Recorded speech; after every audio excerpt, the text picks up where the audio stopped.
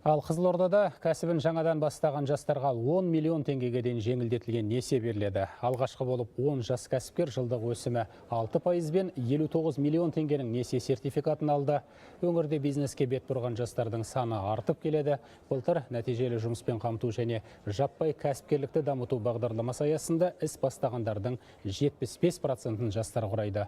Соның бірі Толғанай Жұмабекқызы, өзі студент болса да ауылда кәсібін бастап дамытып жүр.